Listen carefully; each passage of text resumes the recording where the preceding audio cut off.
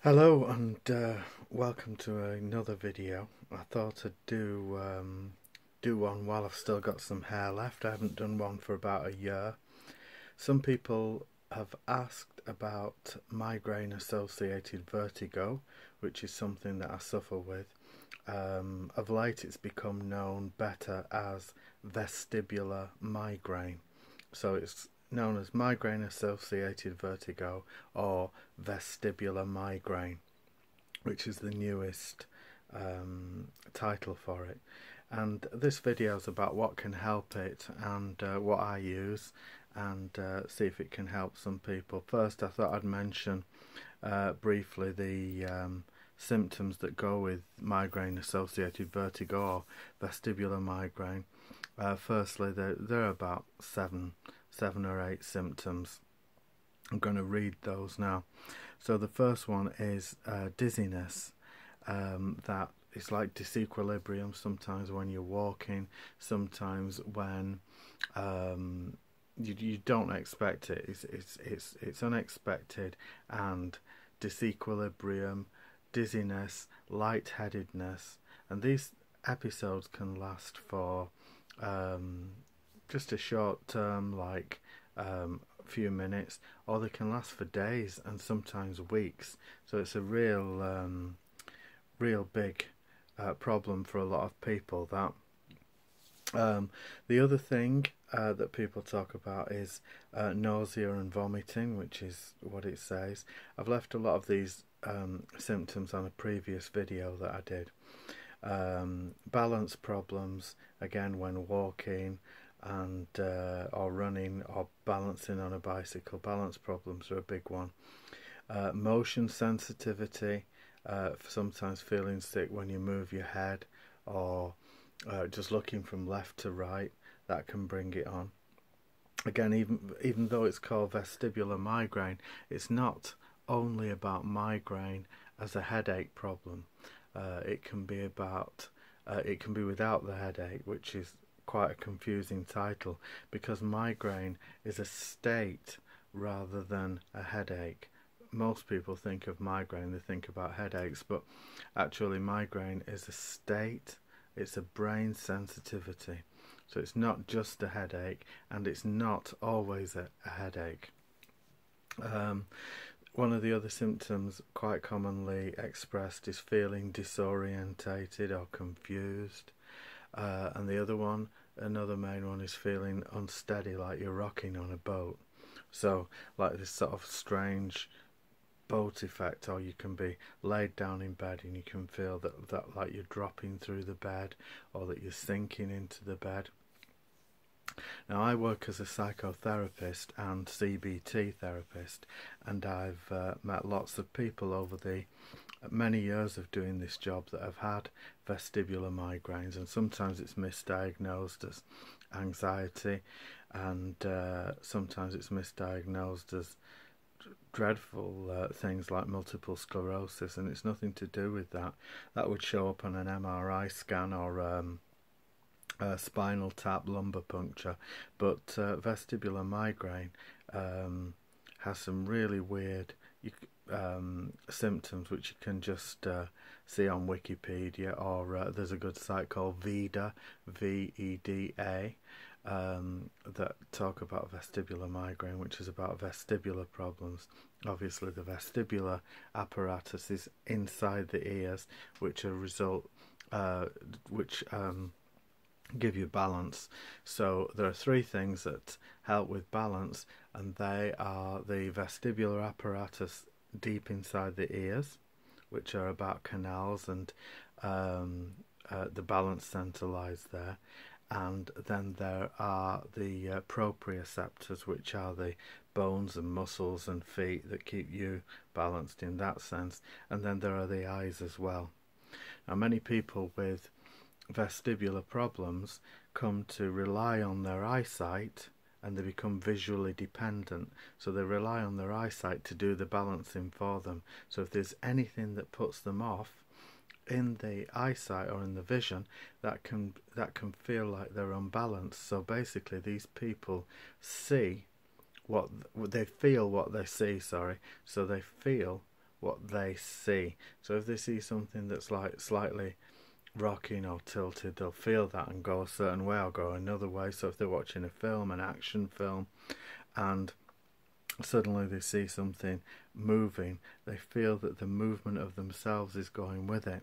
So when the vestibular apparatus isn't working properly, or when someone has vestibular migraines, then this balance thing can go right off kilter, and it can cause people all sorts of nightmares.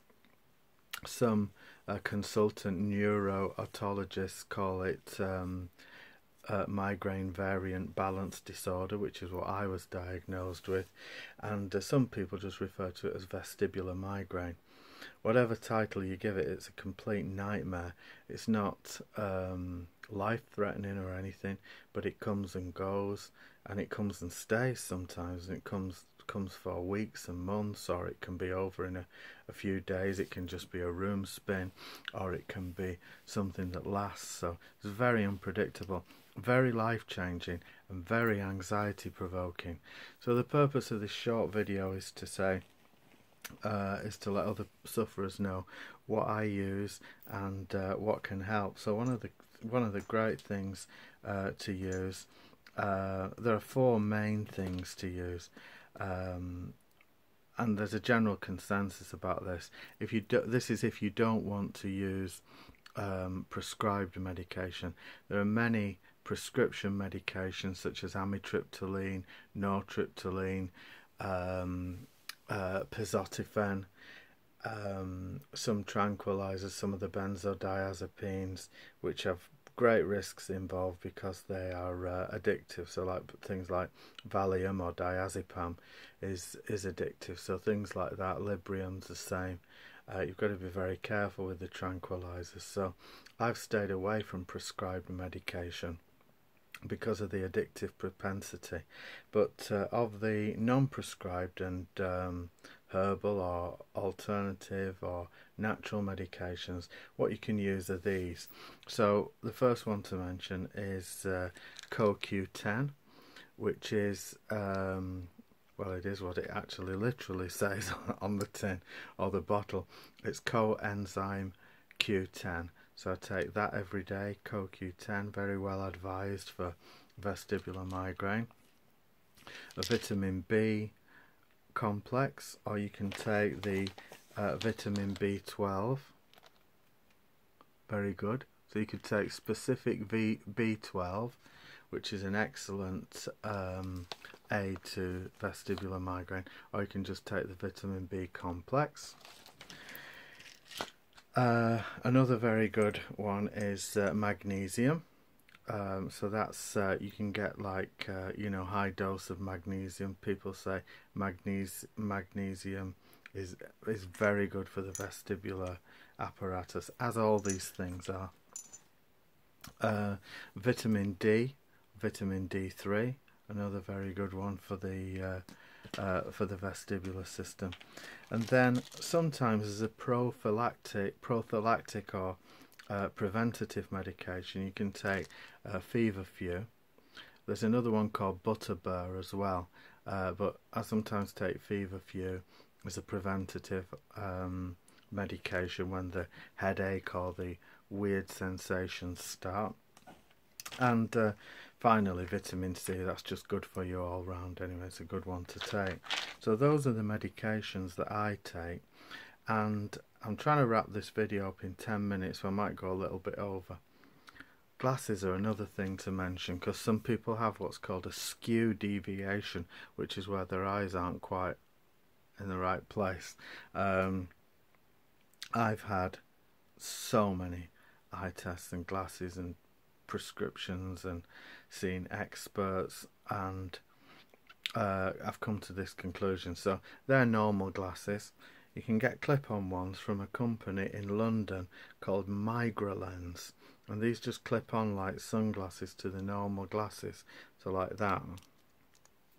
So you can actually look as cool as I do, and they're green, and everything looks a little bit green, but they're not bad. They're really good for calming down some of the vestibular glare, and these are very good. A lot of people who have vestibular migraine or vestibular problems generally, like people with Meniere's disease and people with other vestibular problems, secondary endolymphatic hydrops, or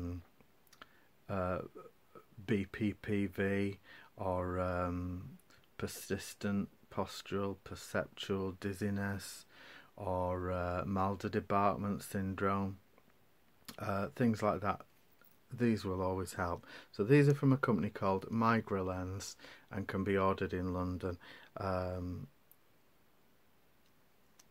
The other glasses I got at great expense were some prescription, they're not sunglasses, but these have pink lenses in, and I went to an eye test at a place in Prestwich called the Village Opticians, and they went through a series of different eye filters and colours, and they found that these pink ones, pinkish reddish ones, were the best filters for my eye sensitivity and to cut down some glare. So these have been really excellent, and they're corrective as well. So unlike the green ones, which are clip-ons to normal prescription glasses, these are prescription glasses with the actual filters built in. So they're really nice and doing me really well. So they're from the Village Opticians in Prestwich. These are from Migraine, and I think there's a company in America who do FL41 tints. Neither of these are FL41 tints. I think they're called Theraspecs in New York, and I've got some FL41 tints which won't surprise anyone. And they've been quite good as well. They're all you try to do what you can, and the only thing I haven't tried are you know, prescription medications like the ones I mentioned earlier, and Topamax or topiramate that people talk about as well. Like I say, I'm a bit anti that, and that's my choice to be that way. But I always think, well, do what helps, because sometimes you can have all these vestibular problems and think that it's anxiety, because anxiety comes as a concomitant part of this. So it could be like a comorbid situation where you've got the vestibular migraine and the anxiety, because when you've got disequilibrium, you will feel anxious. So sometimes the SSRI drugs work if you go down the route of normal prescription drugs. Sometimes the SSRIs, normal antidepressants such as citalopram, fluoxetine, mirtazapine, things like that can be helpful. Propranolol as well is one that's cited quite a lot to help. It's a beta blocker, but it's sometimes cited to help those with vestibular problems. Anyway, that's my video. My last ones haven't had much of a watch, so I don't know if I can be asked making any more, to be honest. But quite a few people have emailed me since the last ones, and I have a lot of clients as well. So if you fancy any vestibular type of counselling with myself, you can do that through here, through WhatsApp is a good way. WhatsApp video, we can do it like that. And my website is www.worryguru.com. That's www.worryguru.com if you fancy doing that. If you don't fancy doing any of that, I can really recommend the glasses. I'm not being paid for any of this. It'd be hard to get payment out of a video that gets watched 13 times in 2 years. So, and try the non-pharmacy medications before the pharmacy probably, but whatever you try, do what helps, and I hope you recover soon if you're suffering from this, because it can be really hard. It's really hard for the family as well, because they have no idea what's going on, and that can be hard for them. Unless you've experienced it, it's impossible to know what it's like. So good luck, see you next time, and keep your chin up. Alright, bye.